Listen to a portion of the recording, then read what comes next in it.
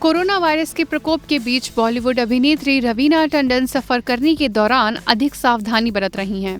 उन्होंने social media पर कुछ वीडियो और तस्वीरें साझा की हैं, जिसमें वह ट्रेन में अपने केबिन को गीले वाइप से साफ करती नजर आ रही हैं।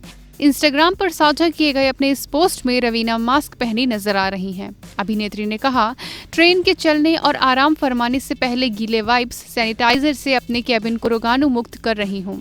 सफर तभी करें जब बहुत जरूरी हो और कृपया सावधानियां बरतें और दूसरों का भी ख्याल रखें, यह बहुत आवश्यक है।